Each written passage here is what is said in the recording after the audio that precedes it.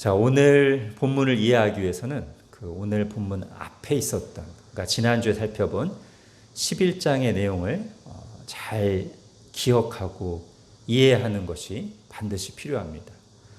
자, 지난주에 어떤 일이 있었죠? 먼저는 위기가 닥쳤어요. 아주 잔인한 왕, 암몬 왕 나하스가 이스라엘을 쳐들어오고 모욕했고, 이스라엘 전체는 처음에는 큰 두려움과 절망에 빠져 있었습니다.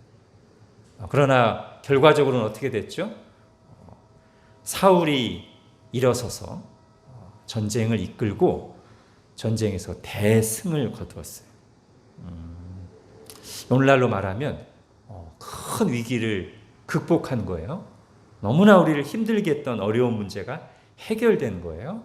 또는 어렵게 시도했던 일이 대성공을 거둔 거예요. 대박이 난 거예요.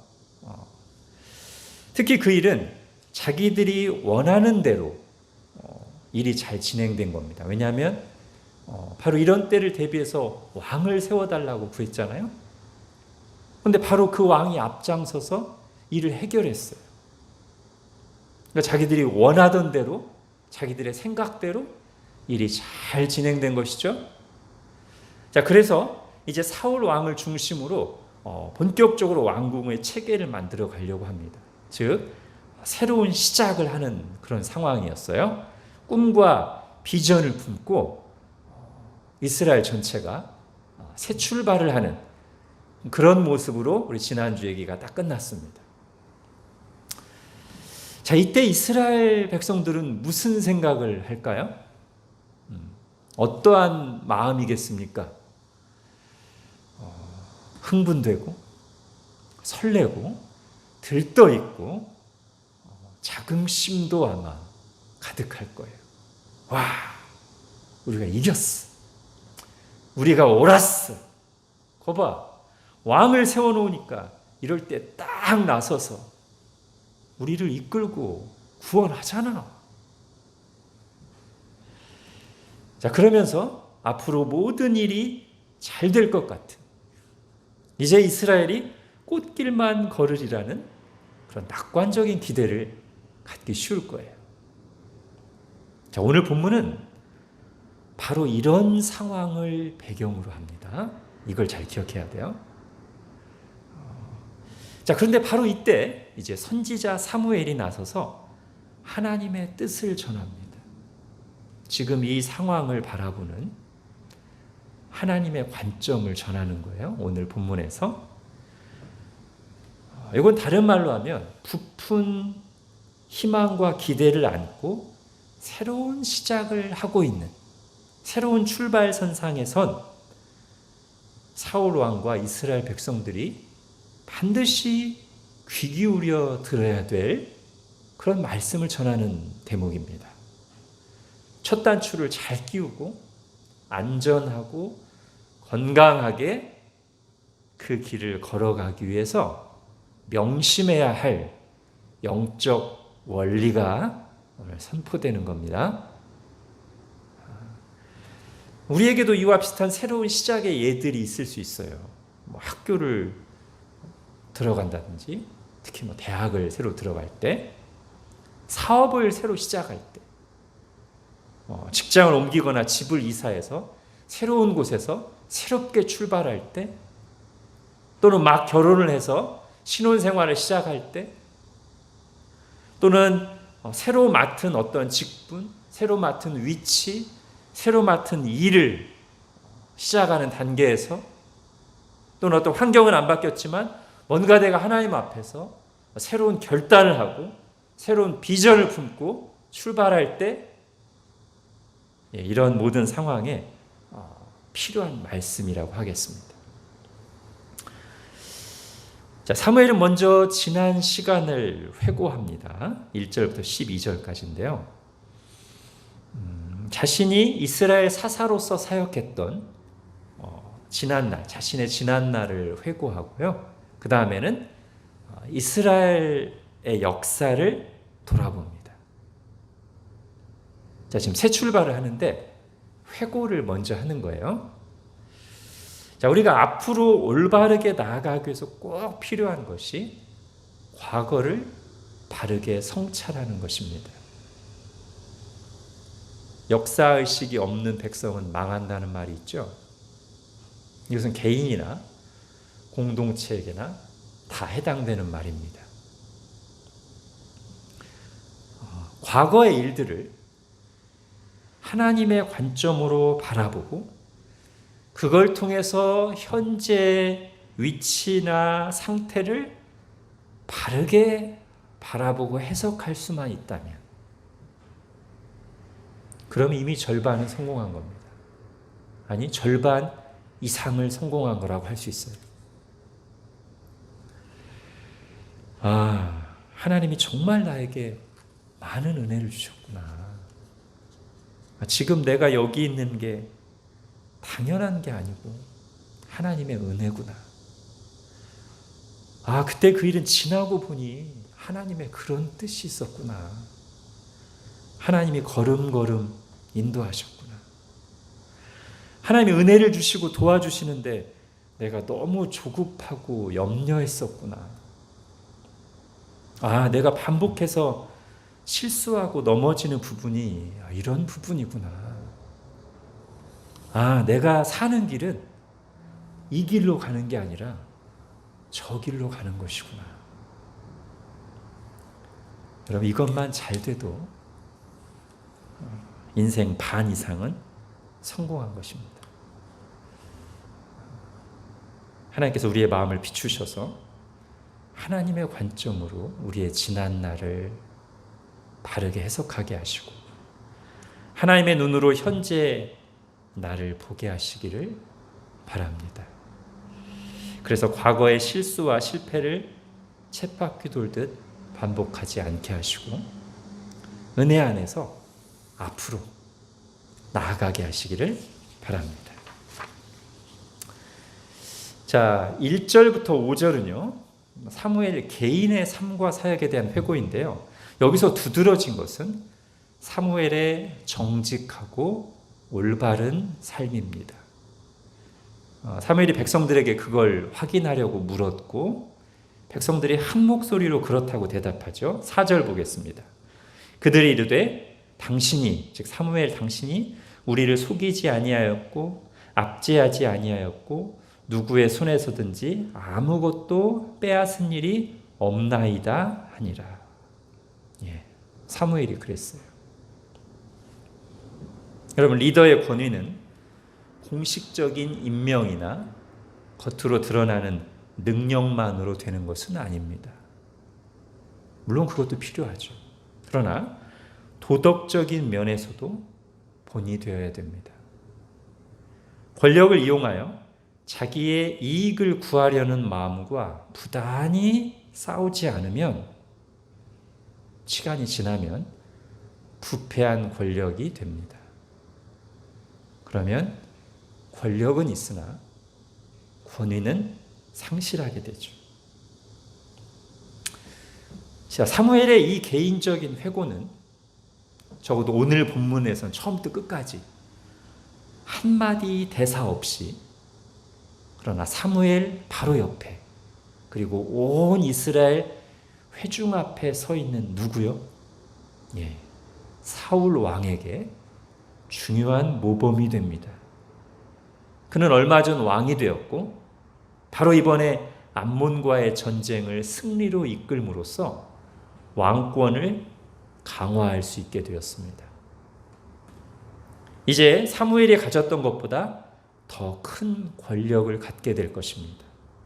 왕궁과 높은 자리와 부와 인사권과 그를 시중드는 사람들을 갖게 될 것입니다. 그에게 잘 보이려는 사람들도 많아질 것입니다. 이제 사울왕은 권력을 얻게 되겠지만 그만큼 지금까지와는 비교할 수 없는 유혹을 받게 될 거예요. 무거운 책임과 영적 싸움이 그의 앞에 주어졌습니다. 권력에만 취해 있어서는 안 되죠. 이익만 쫓아서는 안 됩니다. 새로 시작하는 사람은 결산할 때가 있음을 알아야 합니다. 그것이 지혜로운 행동이에요.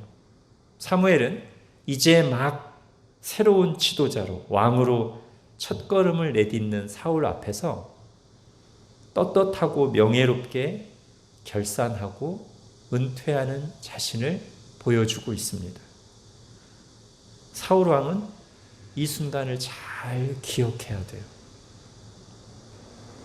사무엘이 가졌던 권위는 권력으로 된 것이 아니라 그의 경건한 삶에 있었다는 것을 기억해야 합니다. 그리고 자신도 머지않아 이렇게 결산할 날이 온다는 사실을 잊지 않아야 합니다. 자, 이제 6절부터는요. 이스라엘 역사에 대한 회고입니다. 자, 크게 두 가지인데요. 출애굽 사건과 그리고 사사시대, 이 두 이스라엘 역사를 짧고 굵게 요약해서 말합니다. 요 요약하는 부분을 보면 두 가지가 분명하게 대비돼요. 하나님이 하신 일과 이스라엘의 실패, 이 두 가지가 아주 분명하게 대비돼요. 하나님께서는 이스라엘을 애굽에서 구원하셨습니다. 이스라엘이 지금 이곳 약속의 땅에서 자유와 평안을 누리면서 살아가는 것은 하나님의 은혜입니다. 하나님의 은혜로 그들이 지금 여기 존재하고 하나님의 백성으로서의 특권을 누리면서 살아가고 있어요. 하나님은 그들을 통해 하나님 나라를 이루고자 그들을 불러내시고 이곳에 두셨습니다. 그들은 아브라함의 자손이에요. 아브라함을 부르실 때 말씀하신 그 하나님 나라 계획, 그걸 이루시려고 지금까지 일해 오셨고 지금 이스라엘을 구원하시고 약속의 땅에 인도하셔서 바로 오늘 여기 두신 것입니다. 그런데 이스라엘은 살만해지자 하나님을 잊어버렸어요. 제사장 나라, 거룩한 백성으로서의 소명을 잃어버렸습니다. 이건 거의 같이 따라오게 돼 있는데요. 하나님을 잊어버리게 되면, 하나님과 관계가 형식적이 되거나 멀어지게 되면 뭐도 잊어버려요? 하나님이 나를 구원하시고 부르신 목적, 나를 이 땅에 두신 이유, 내가 이 땅에서 감당해야 될 하나님 앞에서의 소명, 이것도 똑같이 희미하거나 상실하게 돼 있어요. 이스라엘도 그랬단 말이죠. 가나안 땅에 들어오고 나서 주변 민족들을 따라갔어요. 잘 먹고 잘 살고 즐기는 데만 집중하는 세상과 똑같은 삶을 살게 되었습니다. 각종 우상 숭배에 빠졌어요. 우리를 부르신, 우리를 이 땅에 두신 하나님의 뜻 같은 것은 거의 생각하지 않고 살았어요. 하나님은 그런 이스라엘을 깨우치시기 위해서 그들을 이방인들의 손에 붙이셨습니다. 무슨 목적으로? 하나님께 돌아오게 하려고, 하나님과의 관계를 회복시키려고, 또 하나는 그들의 존재의 목적과 사명을 다시 일깨우시려고 그렇게 하셨어요. 근데 여러분, 사사시대 이스라엘이 어땠죠? 고난이 닥치면 잠시 우상을 버리고 하나님을 찾다가도 하나님이 그들을 긍휼히 여기셔서 그들을 도와주시고 문제를 해결해 주시고 구원하시면 얼마 후에 또다시 세상과 우상에 빠져들곤 했어요. 이것이 사사시대 내내 반복된 일입니다. 그래서 여러분, 사사시대는요, 열매가 없어요. 여러분, 여기서 성경이 이스라엘 역사를 요약 정리하는 방식을 잘 보십시오. 왜냐하면 우리 인생도 이렇게 정리되고 결산하게 될 거니까요. 얼마나 많이 벌었고 어떤 집, 어떤 옷, 어떤 차를 소유했는지는 하나님 앞에서 인생을 결산할 때 전혀 언급되지 않을 것입니다. 즉 거기에 온통 거기에만 맞춰졌던 인생은 하나님 앞에서 결산할 때 의미 없이 낭비된, 소모된 시간으로 치부될 거란 말이죠. 오직 하나님과 동행하며 부르심을 따라 살았는지가 결산 항목의 전체를 차지할 것입니다. 하나님을 사랑하고 이웃을 사랑하며 살았는지, 하나님이 우리 각자에게 주신 소명을 따라 하나님 나라를 구하며 살았는지가 우리 각 사람의 인생 결산의 내용이 될 것입니다. 왜냐하면 우리를 구원하신 목적이 그것이니까요. 우리에게 주신 모든 것들은 다 그걸 위해서 주신 것이기 때문입니다.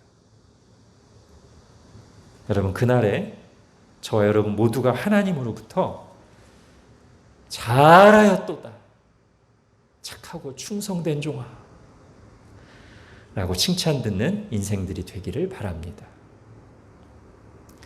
자, 이스라엘 역사에 대한 회고에서 이제 분명히 하고 넘어가야 될 게 있습니다. 지금 이 시점에서, 오늘 본문의 이 시점에서 역사를 회고하는 가장 중요한 이유 중 하나가 여기 있거든요. 중요합니다. 잘 들어보십시오. 자, 첫 번째는 지난 역사를 돌아볼 때 이스라엘은 애굽과 주변 나라들의 침입에서 또는 그렇게 강한 세력들의 틈바구니에서 어떻게 구원받고 살아남았습니까? 자기 힘으로 구원받았습니까? 왕이 구원했습니까? 아니면 하나님이 구원하셨습니까? 예, 하나님이 구원하셨습니다. 자, 물론 사사시대에는 하나님이 사사들을 쓰셨죠. 그렇지만 사사들을 쓰셔서 하나님이 구원하신 거예요. 여러분, 이걸 아는 게 정말 중요합니다. 하나님이 어떤 도구를 사용하셔서 우리를 구원하시고 도와주셨는데 그 도구까지만 보고 결국 하나님이 도와주시는구나, 하나님이 구원하시는구나, 이걸 보지 못하면 치명적이에요. 자, 두 번째, 자, 사사시대를 돌아볼 때 이스라엘이 주변 민족들에게 시달린 것은 그들에게 왕이 없어서였습니까? 아니면 그들이 하나님을 잊어버리고 우상을 숭배했기 때문이었습니까? 예, 오늘 본문의 역사 회고에 분명히 나오죠. 그들이 하나님을 멀리하고 세상을 따라갔기 때문이에요. 왕이 없어서가 아니에요. 자, 이렇게 과거를 성찰하고 바르게 해석한다면 어떤 적용이 나오게 돼 있어요? 이스라엘의 미래는 왕의 존재 여부나 능력에 달려있는 것이 아니구나. 오히려 하나님의 뜻에 달려있다. 하나님을 향한 이스라엘의 태도에 달려있다. 그러므로 이스라엘에게 가장 중요한 것은 하나님과의 관계이다. 이 결론이 나와야 돼요. 이 적용이 나와야 돼요. 여러분, 이 적용이 나오고 있으시죠? 자, 그런데 이런 하나님의 관점으로 역사를 해석하고 현실을 바라보지 못할 때 이스라엘은 현재 문제 앞에서 어떤 잘못된 결정을 내렸어요? 자, 12절을 같이 한번 읽겠습니다. 시작. 너희가 암몬 자손의 왕 나하스가 너희를 치러옴을 보고 너희의 하나님 여호와께서는 너희의 왕이 되심에도 불구하고 너희가 내게 이르기를 아니라 우리를 다스릴 왕이 있어야 하겠다 하였도다. 예. 하나님이 이스라엘의 왕님, 구원자이시기에 하나님을 더욱 의지하고 순종하는 선택을 했어야 하는데 오히려 이스라엘은 하나님이 그들의 왕이 되신다는 사실을 무시하고 거부하고 세상 나라들과 똑같이 왕을 달라고 요구하는 어리석고 악한 결정을 내렸어요. 자, 그런데 지금 오늘 본문에서 이스라엘이 처한 진짜 위험이 뭐냐면 바로 그런 어리석고 악한 결정이 잘한 것이라고 착각할 수 있는 그런 상황이 있다는 거예요. 왜 그렇죠? 자기들이 요구해서 세워진 왕, 사울 왕이 방금 그들이 기대했던 대로 암몬 왕 나하스를 무찌르고 대승을 거두었기 때문이죠. 이번에도 하나님이 구원해 주신 것이지만 눈에 보이는 것만 보고 자기들이 원하는 대로 해석하려는 이스라엘은 어떤 잘못된 생각에 지금 빠지기 쉬워요? 와, 우리가 옳았어. 이거 봐.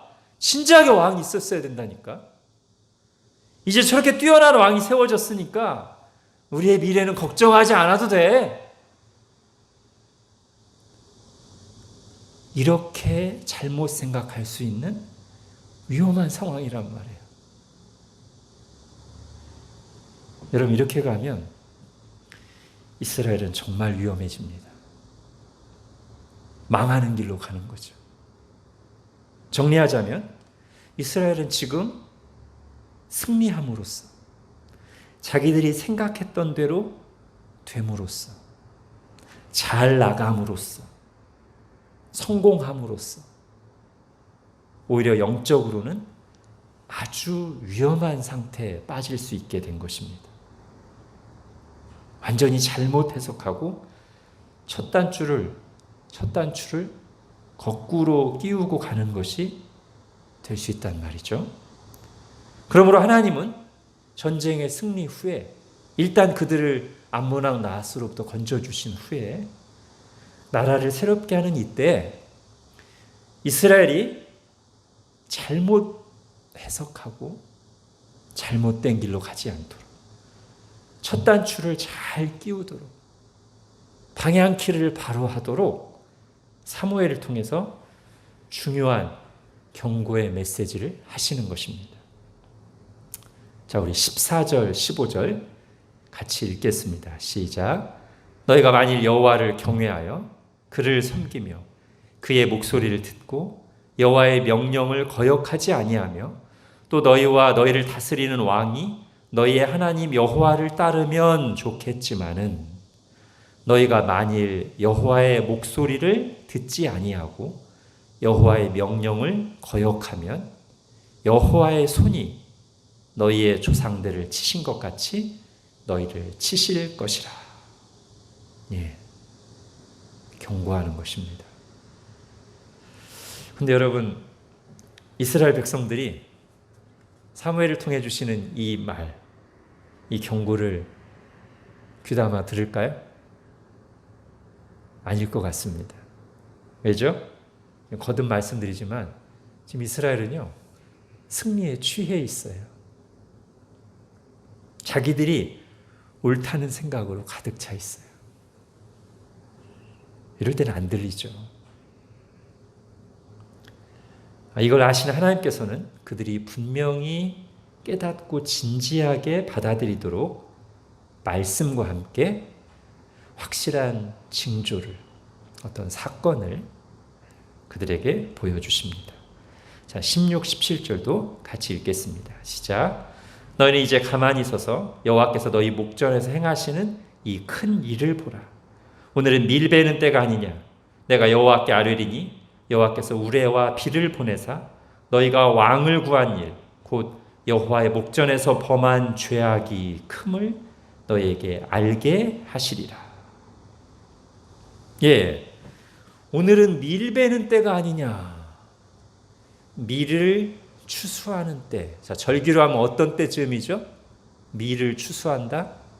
예, 밀맥, 추수할 때 추, 맥추절이죠. 또는 오순절, 칠칠절, 그죠? 그 즈음이에요. 자, 그리고 이 밀 베는 때는 이스라엘의 맥추절 시기는 5월에서 6월경입니다. 비가 안 오는 때예요. 우리나라하고 틀려요. 이스라엘에는 우기와 건기가 있는데 지금 이 5, 6월 달은 맥추절쯤에는 건기가 한참입니다. 그러므로 사무엘에 오늘은 밀 베는 때가 아니냐, 이 말을 풀어서 말하자면 지금은 건기가 아니냐, 비가 안 오는 때이지 않냐, 그런 뜻입니다. 근데 이제 사무엘이 기도할 때 비가 쏟아지고 우레가 내리치는 것은 우연히 되는 것이 아니라 바로 사무엘의 기도를 들으시고 하나님이 주시는 징조라는 것이죠.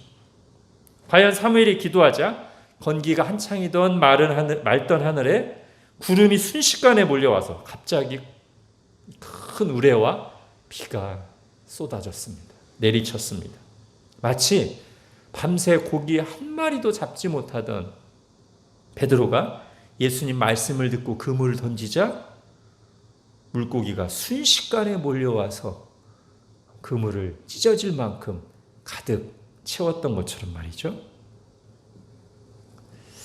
자, 이걸 보고 백성들의 반응이 어떻습니까? 여러분 18절 19절 같이 읽겠습니다. 시작. 이에 사무엘이 여호와께 아뢰매 여호와께서 그날에 우레와 비를 보내시니 모든 백성이 여호와와 사무엘을 크게 두려워하니라. 모든 백성이 사무엘에게 이르되 당신의 종들을 위하여 당신의 하나님 여호와께 기도하여 우리가 죽지 않게 하소서. 우리가 우리의 모든 죄에 왕을 구하는 악을 더하였나이다. 백성들이 두려워하면서 왕을 구한 죄를 회개합니다. 자, 이스라엘이 왕을 구한 이후로 사무엘이 여러 번 그들의 죄를 지적하고 경고했는데 사실 지금 처음으로 회개하는 거예요. 지금 처음 회개하는 겁니다. 전에는 사무엘이 아무리 말하고 경고해도 듣지 않았어요. 오히려 자기들의 목소리를 막 드높였죠.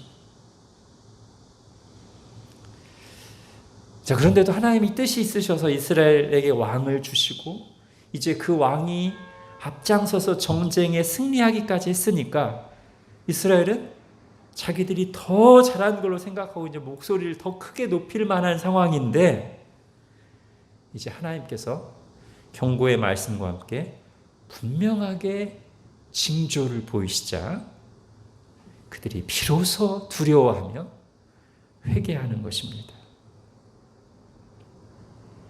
여러분, 이들이 이렇게까지 두려워하는 이유를 한번 생각해 볼 필요가 있어요.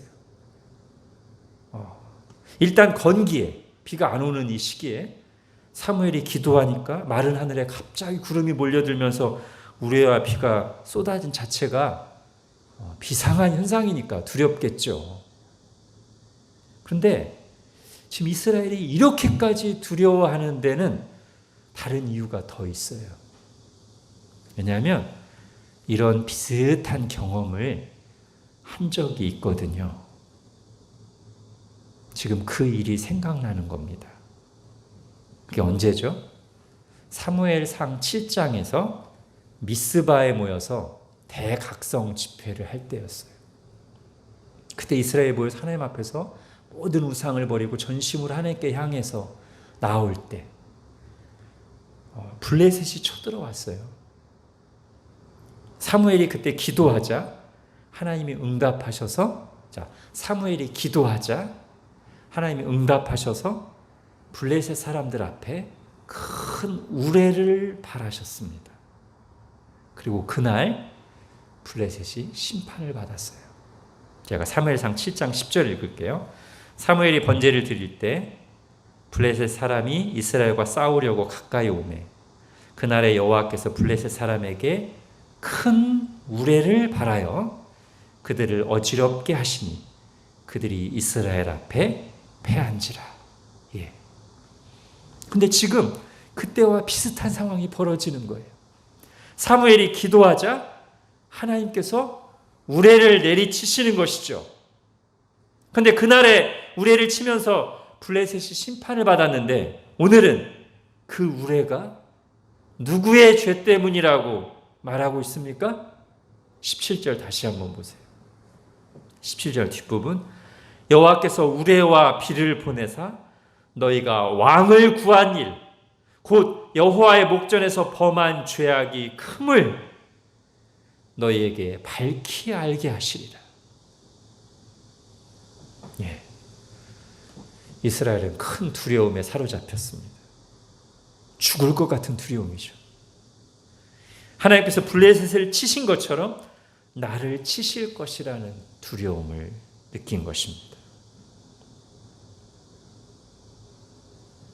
여러분, 이스라엘이 이 두려움 속에서 보인 반응이 또 사무엘상 7장 그 미스바 집회가 있을 때랑 굉장히 비슷하게 표현되어 있어요.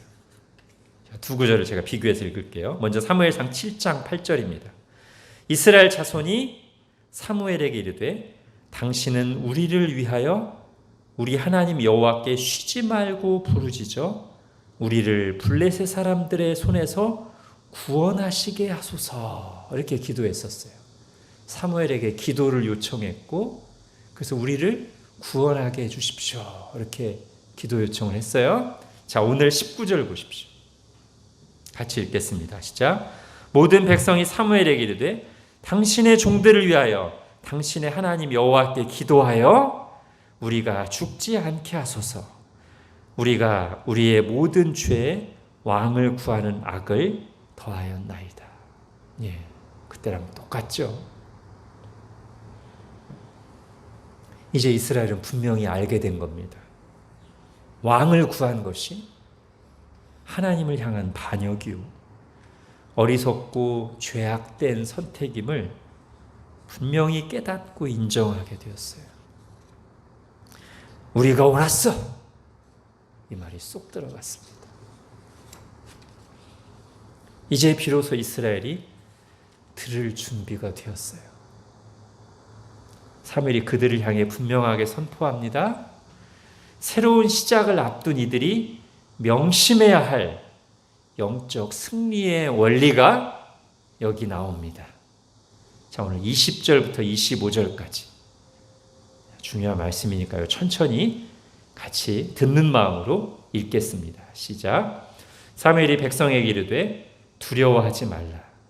너희가 과연 이 모든 악을 행하였으나 여호와를 따르는 데에서 돌아서지 말고 오직 너희의 마음을 다하여 여호와를 섬기라. 돌아서서 유익하게도 못하며 구원하지도 못하는 헛된 것을 따르지 말라. 그들은 헛되니라.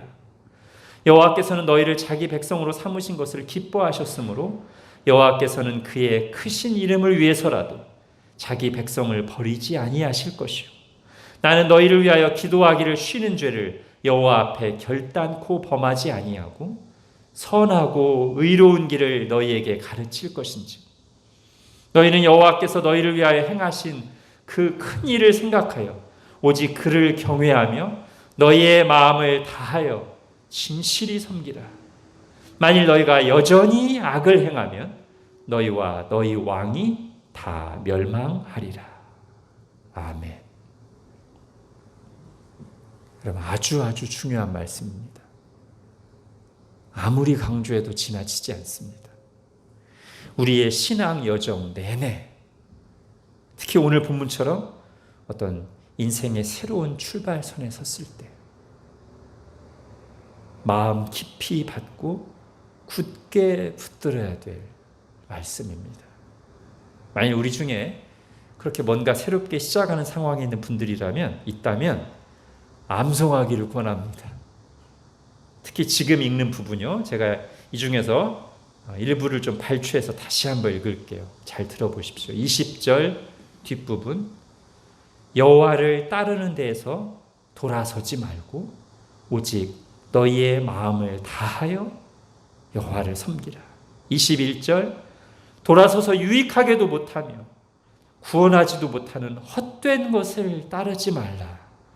그들은 헛되니라. 22절, 여호와께서는 너희를 자기 백성으로 삼으신 것을 기뻐하셨으므로 여호와께서는 그의 크신 이름을 위해서라도 자기 백성을 버리지 아니하실 것이요. 마지막으로 24절, 여호와께서 너희를 위하여 행하신 그 큰 일을 생각하여 오직 그를 경외하며 너희의 마음을 다하여 진실이 섬기라. 아멘. 너희는 하나님의 뜻을 이루기 위해 하나님이 택하시고 지금 여기에 두신 하나님의 백성이다. 오직 하나님만 의지하고 섬기라. 하나님이 베푸신 은혜를 기억하라. 여러분, 지금 이스라엘의 마음가짐이 중요하다는 거예요. 우리에게 왕이 있으니까 됐어. 우리 잘할 수 있을 거야. 이런 마음가짐이냐? 아니면 우리에게 왕을 주신 분도, 구원을 주신 분도 하나님이야. 우리에게 이것저것 주신 분, 우리가 지금 여기 있는 것 다 하나님의 은혜야. 감사합니다. 하나님만 더 의지하겠습니다. 이런 마음가짐이냐에 따라서 아주 다른 길을 가게 될 것이고요. 아주 다른 열매를 맺게 될 겁니다. 여러분, 우리의 마음가짐은 하나님을 향한 우리의 태도에 영향을 미칠 뿐 아니라 우리를 향한 하나님의 반응에도 영향을 미쳐요. 바꿔요. 왜 그러죠? 우리를 향한 하나님의 사랑은 변함이 없어요. 부르심은 변함이 없어요. 근데 우리를 대하는 구체적인 방식, 그 사랑을 표현하는 방식은 그때그때 다르죠. 교만하고 불순종하는 이들에게는, 하나님과 멀어져 있는 이들에게는 영적 메마름과 회초리라는 징계를 대시고요. 사랑하니까요. 정신 차리고 돌아오도록.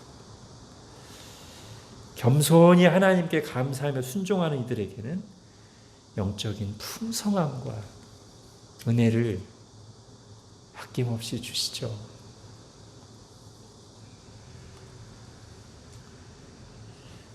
이제 마지막으로 사무엘은 하나님의 백성들이 바로 서는 데 필요한 은혜의 수단을 강조하며 덧붙입니다.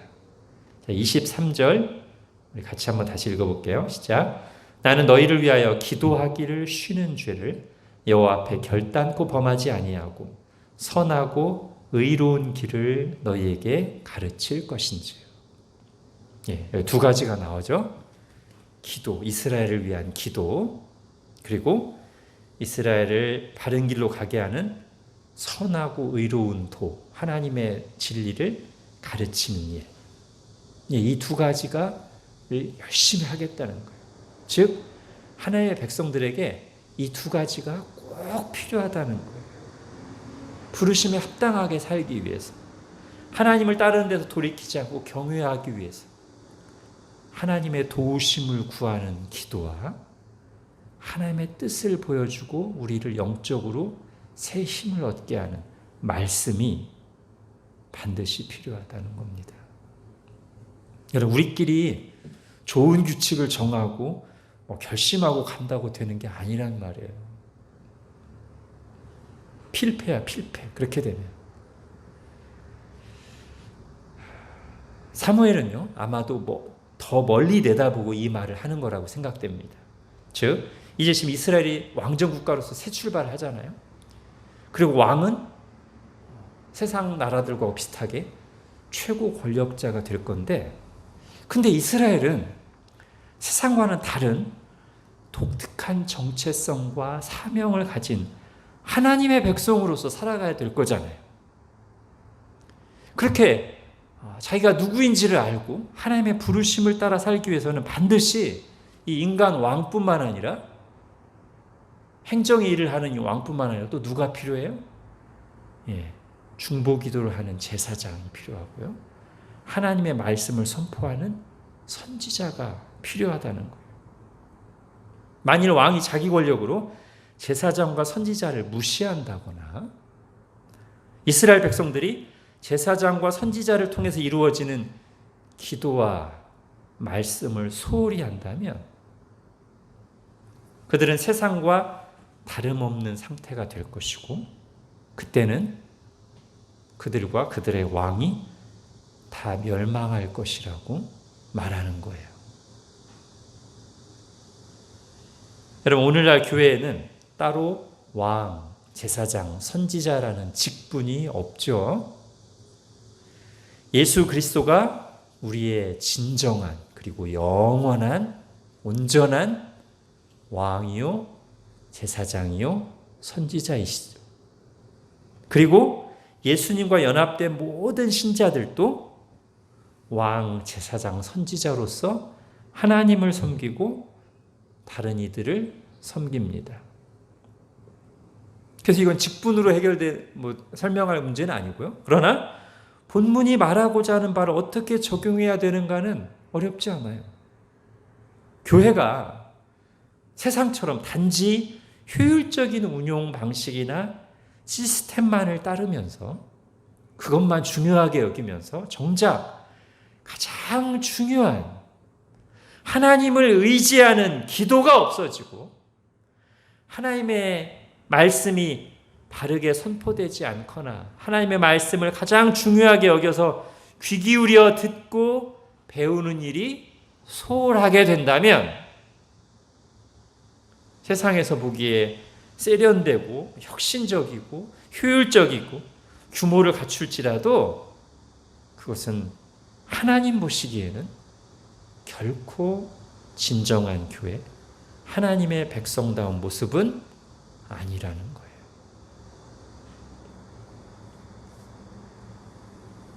시편 기자의 고백이 나의 고백, 우리의 고백이 되어야 됩니다. 제가 시편 20장 7절 읽을게요. 어떤 사람은 병거, 어떤 사람은 말을 의지하나 우리는 여호와 우리 하나님의 이름을 자랑하리로다. 아멘. 여러분, 이 신앙 고백은 위기가 닥쳤을 때, 고난의 때에도 꼭 필요하지만 오늘 본문처럼 승리하고 나서 내 계획대로 될 때, 새로운 시작, 새로운 도전을 할 때도 반드시 믿고 고백하고 굳게 붙잡아야 될 영적 원리입니다. 기도하겠습니다. 하나님, 이스라엘 백성들이 사울 왕을 중심으로 한 전쟁의 승리 이후에 들떠있고 자기들이 생각했던 것, 계획했던 것이 다 옳았다고 아주 잘못된 착각을 하며 위험한 길로 빠져들 즈음에 오늘 사무엘을 통해 주신 엄중한 경고이자 동시에 새로운 시작을 하는, 새로운 출발하는 사람들이, 하나님의 백성들이 반드시 굳게 붙들어야 될 영적 원리가 되는 말씀을 오늘 들었습니다. 하나님, 이것을 정말 우리 자신에게 그리고 우리 교회에게 주시는 말씀으로 깊이 받게 하여 주옵소서. 그래서 우리가 잘해서 여기 있는 것이 아니라 오직 하나님의 긍휼로 하나님 이루고자 하는 뜻이 있으셔서 우리가 은혜 가운데 여기 있다는 사실을 다시 한번 마음 깊이 새기게 하시고 겸손함으로 두렵고 떨림으로 하나님만 의지하게 하여 주옵소서. 특별히 우리 가운데 여러 가지로 새로운 출발을 하는, 새로운 시작과 도전을 하는 가운데 있는 그런 지체들이 있다면 정말 오늘 말씀을 마음 중심으로 받고 굳게 붙잡고 이 영적 원리를 따라 하나님만 의지하며 나아가는, 그렇게 안전하고 건강하고 복된 길로 나아가는 모든 우리 교우들 되게 하여 주옵소서. 예수님의 이름으로 기도합니다. 아멘.